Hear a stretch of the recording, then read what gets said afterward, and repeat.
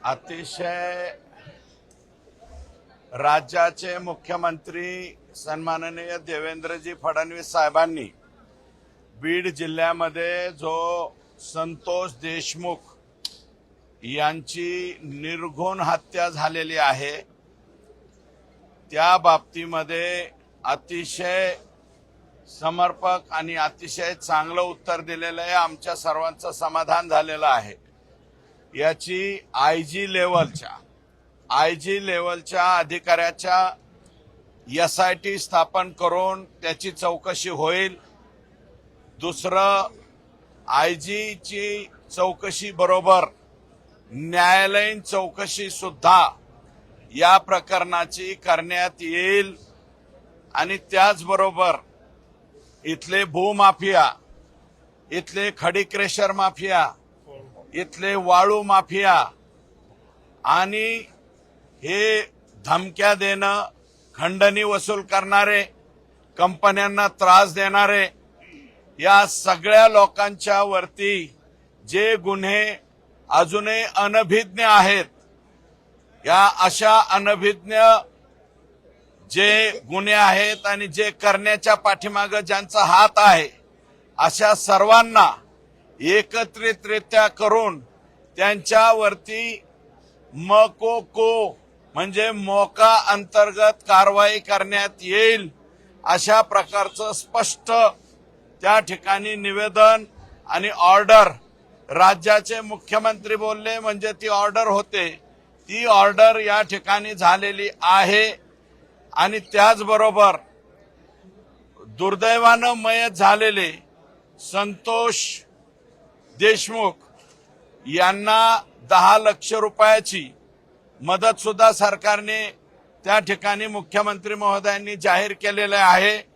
त्यामुळे आता राज्याच्या मुख्यमंत्र्यांनी या ठिकाणी जे सांगितलेलं आहे, माझी बीड जिल्ह्यातल्या जनतेला विनम्र विनंती आहे, जर का यातले हे जे आरोपी आहेत आणि यांचा जो आका आहे त्या आकाने कुणाकुणाच्या जमिनी बळकावलेल्या आहेत, कुणाकुणाच्या वरती अन्याय केलेला आहे, त्या सगळ्यांनी गुन्हे दाखल करण्याला पुढे यावं आणि ज्या त्यांच्या जे शागिर्द आहेत या शागिर्दांनी जे जे त्रास दिलेले आहेत ते सगळे त्रास या ठिकाणी आणले पाहिजेत आणि जिल्ह्याचे SP यांची तातडीने बदली त्या ठिकाणी केलेली आहे। आणि मी मुख्यमंत्री महोदयांकडे आता लगेच मागणी करणार आहे की आम्हाला डायरेक्ट IPS अधिकारी त्या ठिकाणी कडक असा द्यावा, नवीन द्यावा आणि जो यंग असेल तो द्यावा, ज्याच्यावरती कसल्याही प्रकारचे ॲलिगेशन नसावे अशा प्रकारचा अधिकारी द्यावा। आणि हिम्मत तर एवढी बीड जिल्ह्यामध्ये वाढलेली आहे, वाळूचा ट्रक पकडला महसूलने आणि पोलीस स्टेशनला लावला, तो पोलीस स्टेशनवरून तो पळवून नेण्याची सुद्धा रात्रीच्याला इथपर्यंत हिमती गेलेले आहेत। ज्या तहसील मधून अशी कारवाई झालेली, ज्या पोलीस स्टेशन मधून असे ट्रक्स, टिप्पर किंवा ते डंपर हे पळून नेलेले असतील त्या सगळ्यांच्या वरती कारवाई या ठिकाणी करण्यात यावी आणि मकोको मध्ये म्हणजे मोका कायद्याच्या अंतर्गत हे सगळे लोक येणार आहेत। 302 मध्ये तर आलेच, परंतु मोका मध्ये सुद्धा यांच्यावरती कारवाई होणार आहे। अतिशय चांगलं उत्तर, हे जी दुर्दैवी घटना अतिशय निर्घृण, निष्ठुर आणि अन्यायाची आगळीक झालेली आणि आर्त किंकाळी मी संतोष देशमुख आणि त्यांच्या कुटुंबियाची जी मांडली त्याला अतिशय समर्पक उत्तर राज्याचे मुख्यमंत्री यांनी दिली, त्याबद्दल मुख्यमंत्री महोदयांचं मनापासून या ठिकाणी आभार मानतो आणि जनतेने पुढे यावं अशा प्रकारची विनंती करतो। घटना घडली तेव्हापासून जे वाल्मिक कराड आहेत त्यांचा संबंध देशमुख प्रकरणाच्या कोणाशी अजून जोडला गेला नाहीये, कारण तसे पुरावे पोलिसांना सापडले नाहीत का? कुठेतरी पोलिसांचं काम हे बघा, आतापर्यंत जे माननीय मुख्यमंत्र्यांनी स्टेटमेंट केलंय, माझ्यापेक्षा जास्त इनपुट मला वाटतं त्यांच्याकडे असतील, परंतु वाल्मिक कराड यांचा आता सभागृहामध्ये जो उल्लेख झालेला आहे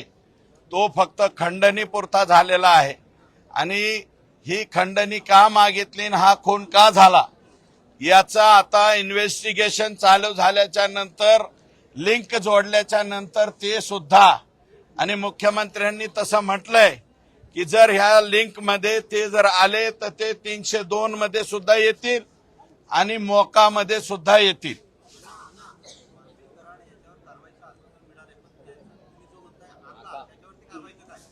माननीय मुख्यमंत्र्यांनी स्पष्टपणे सांगितलेलं आहे याच्यामध्ये आका आले तरी बी घेतले जातील आणि आकांचे आका जरी आले तरी सुद्धा त्याच्यामध्ये येऊ शकतील.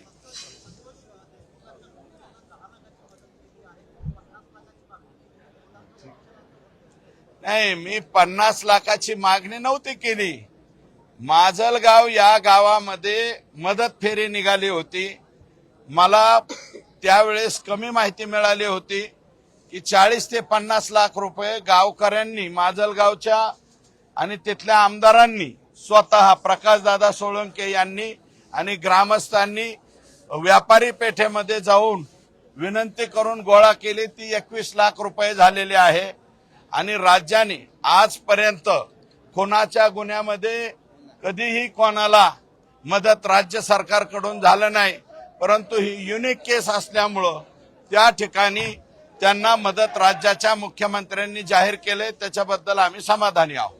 पण सर यामध्ये पंकजाताई उपस्थित होत्या, धनंजय मुंडे साहेब दिसले नाही, त्यामुळे बऱ्याच चर्चांना आता उधाण आले. नाही, ते का उपस्थित नाहीत मला माहित नाही. ते मला वाटतं ते आपण त्यांनाच विचारलेलं बरं राहील.